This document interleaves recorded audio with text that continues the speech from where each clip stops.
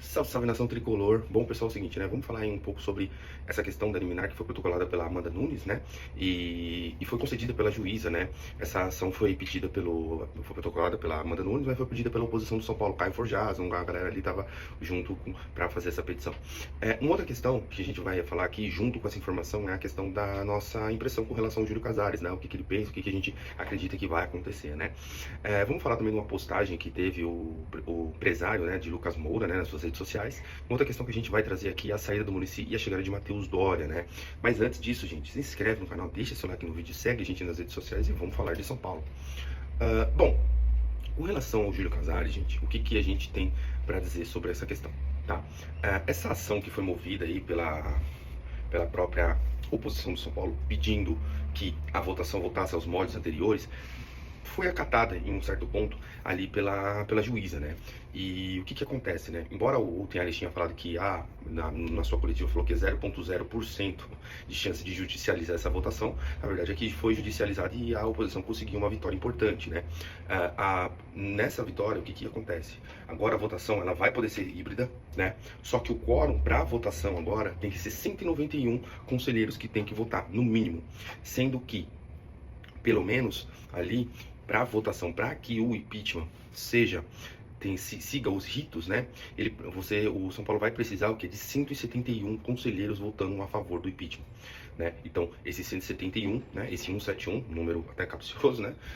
Precisa estar ali nessa votação. Os votos híbridos também vão contar, entendeu? Isso era uma briga dos conselheiros. Então, o que acontece, gente? O Júlio Casares agora está tentando caçar essa liminar, né? Mas me parece, ao que tudo indica, que não tem tempo hábil para que isso aconteça. Tá? Então, é importante a gente dizer isso. E a minha opinião com relação a isso, não sei se ficou bem claro, né? Vai precisar para a votação ser válida, precisa de pelo menos 191 conselheiros, tá? E precisa dos 171 votos, que é nos moldes anterior, e a votação vai poder ser híbrida. Entendido isso, agora a gente vai para a parte do Júlio Casares, tá? Qual que é a nossa impressão, a minha impressão com relação a tudo isso? Eu acho que se o Júlio Casares vê que ele vai perder nas urnas ali, ele vai acabar pelo seu ego, tá? Não é nem pelo São Paulo nem nada. Eu acho que até pelo seu ego e por ser menos traumático com relação à questão de politicamente ele estar morto dentro do São Paulo, eu acredito que ele possa pedir a renúncia. Por quê? Ele renunciando, ele continua ali no conselho, ele continua tendo uma vida política dentro do clube. Se ele for empichado, acaba a vida política dele dentro do clube, né? Então eu acho que é menos traumático. Embora pro ego dele seria muito ruim, né? E a gente sabe que o presidente ele é muito egocêntrico, é um cara que gosta de se aparecer. Então comentem o que vocês acham, essa é a minha impressão. Eu acho que ele pode ser empichado, né? Que acho que é até melhor, que ele vai ser expurgado de dentro do São Paulo, né? Essa é a realidade. Mas ele tendo uma renúncia também não é nada mal, tá bom? Então, essa é a minha opinião, mas eu preferia que ele fosse empichado, porque aí, politicamente, ele não estaria mais no São Paulo. Comentem o que vocês acham. Bom, agora com relação à questão do empresário do Lucas Moura, né, que postou nas suas redes sociais uma questão de liderança, falando que liderança não é um líder, o líder limitado não é aquele líder que tem uma limitação técnica, mas sim que não conseguem mobilizar os seus liderados e não fala que errou e etc e tal, né? O que eu estava pensando, né, com os meus botões até, inclusive, né? Eu acredito que essa questão não seja... não sei se é pro Crespo, muita gente falou que era pro Crespo, ou às vezes também pode ser até pro Júlio Casares, né? Eu acho que pode ser muito pro Júlio Casares, tá, gente? Porque o Júlio Casares realmente tá sem moral nenhuma com relação a tudo que tem acontecido no São Paulo, né? Então, meio que assim, é um cara que tá praticamente é um zumbi hoje, né? Tanto politicamente como presidente, não tem mais governabilidade nenhuma, né? Então, nesse sentido, gente, eu acho que é importante a gente estar dizendo, tá? A vida política do Casares, enfim, não tá muito boa, né? Com relação a tudo. Então pode ser tanto pro Crespo como pro Júlio Casares, na minha visão, né? Com relação ao Crespo, a gente viu aquela cena lá né? Que os jogadores foram se hidratar e tal, e a galera não prestando muita atenção no Crespo. E aí o que eu vou trazer aqui é o seguinte, é a minha impressão, né? É o mesmo modus operandi que foi com o Zubeldia, né? Chega num determinado momento, os jogadores não conseguem ter desempenho, que eles começam a querer culpar o treinador. Mas, gente, desde quando o treinador é o problema do São Paulo? Né? O problema do São Paulo é muito maior que isso. Né? E aí uma impressão que a gente falou ontem no programa lá que eu participei junto com o Lídio Teixeira, com o Fábio Camisa Pesada e o Márcio, né? O Marcelo, né, no caso, foi o seguinte, a impressão é que, até o Lídio comentou sobre isso, e eu acho que eu não lembro se eu falei em algum momento aqui, ou se eu comentei com alguém, né, que é o seguinte, os jogadores, eles estão com 2 meses de salário atrasado, né? Além disso, aí eles veem na televisão o São Paulo passando com investigação de corrupção, investigação de desvio de grana, e assim, e aí eles veem, pô, o São Paulo tem dinheiro ali para estar desviando, mas não tem dinheiro para pagar o salário, as premiações, a questão dos direitos de imagem, né? Então, meio que fica um clima meio estranho, né? Não sei até que ponto isso é factível de estar acontecendo, tá? Mas eu acho que tem um pouco disso aí também, tá? Então, comentem o que vocês acham. Eu acho que o Crespo é o menos culpado de tudo isso.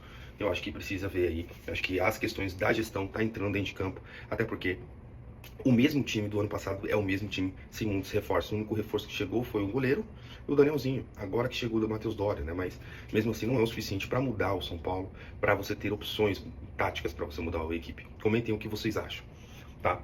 E aí a questão da saída do Muricy, né? A possível saída do Muricy foi noticiada pelo Gabriel Sá, pelo Alexandre Vieira, né? O Muricy no ano passado já estava afastado por conta de algumas questões de saúde, né? E até a gente acha até que demorou um pouco dele sair, tudo por conta de tudo que está acontecendo no São Paulo. Mas eu acho que assim, o Muricy, cara, merece todo o respeito nosso, na minha opinião, tá? Merece todo o respeito nosso. Eu acho que o Muricy tá ali dentro. Tava tentando fazer alguma coisa, tava tentando blindar o elenco, mas é impossível. O que tá acontecendo agora, eu acho que, como ele não é conivente, ele tá saindo, né? E de fato, ele tá muito triste com tudo que tá acontecendo. O Alexander trouxe um pouco dos bastidores do que aconteceu, né? Com o que ele falou, tudo. E minha opinião sobre isso é que assim, o Muricy precisa cuidar da saúde dele, cara. Não adianta ele estar num clube onde o clube acaba com ele emocionalmente, né? O Muricy tá no São Paulo desde as categorias de base. O Muricy é cria da base do São Paulo, né? Foi jogador, depois foi técnico da base, subiu pro profissional, né? E aí depois foi ganhar o mundo ali, teve sucesso como técnico do São Caetano, teve sucesso como técnico do Inter, do Náutico, e teve sucesso com São Paulo também, né? Não só os 3 brasileiros, mas também como salvou do rebaixamento de 2013, né? Isso, 2013, né? Então assim, o Muricy merece todo o respeito, né? E eu acho que ele precisa mesmo desse tempo aí para ele cuidar da saúde dele, para ele, porque assim, o que tá acontecendo hoje no São Paulo é muito triste. Às vezes o cara não quer abandonar porque quer de ajudar de alguma forma, mas cara, hoje eu acho que é muito difícil isso acontecer. Eu acho que o Muricy precisa de um tempo para ele, e o São Paulo precisa um pouco mais de sangue novo ali dentro, tá bom? Melhoras pro Muricy, espero que ele fique bem de verdade. Eu mantenho ele como um dos maiores ídolos do São Paulo, essa é a realidade. Doa quem doer, quem falar o contrário, tudo bem, cada um tem sua opinião, mas a minha opinião é essa, com relação ao Muricy. Respeito todas as opiniões, mas o Muricy ainda é um dos maiores São Paulinos vivos que existem na Terra. Bom, enfim, vamos falar agora com relação ao Matheus Doria, né? Matheus Doria foi contratado aí para o São Paulo, né? Teve algumas divergências, algumas coisas, demorou um pouquinho para sair um pouco essa contratação, mas a verdade é que o Matheus Doria assinou com o São Paulo até 2027, né? Com possível de prorrogação para mais um ano, né? E é o seguinte, né? As informações que a gente tem de lá do México, né? Do calendário mexicano, é que ele tava bem lá até, né? Tudo, né? Mas assim, a gente tem algumas deficiências, algumas coisas que me preocupa, que é o jogo aéreo. A galera fala que o jogo aéreo dele não tava muito bom, né? Lá no México. Mas é um zagueiro construtor, tem bom passe, né? Enfim. Então vamos aguardar para ver como que vai vir o Matheus Doria, um zagueiro que dizem que é rápido, que tem um bom combate, enfim. Vamos ver como que vai vir o Matheus Doria para o São Paulo. Claro que o calendário mexicano é muito diferente do que o calendário aqui do Brasil, né? Vamos ver como que ele vai se adaptar com relação a tudo isso, né? Porque ele já passou mais de 10 anos, né? Fora de São Paulo, saiu em 2015, se não me engano, né? E volta em 2026, 11 anos depois, o Matheus Doria novamente no São Paulo, né? Enfim, né? Comentem o que vocês acham desse jogador. Eu, na minha opinião, acho que toda ajuda é bem-vindo. O São Paulo precisa de jogadores, né? Por mais que ele seja um jogador mais 30, eu espero que ele esteja em plena forma física para poder ajudar o São Paulo, tá bom? Comentem o que vocês acham. A gente vai ficar por aqui, mais um Brabo News aí, finalizando, tá bom? Se inscreve no canal, deixa seu like no vídeo, segue a gente nas redes sociais. Novidades, a gente volta aqui para falar com vocês, tá bom? Um forte abraço e vamos São Paulo!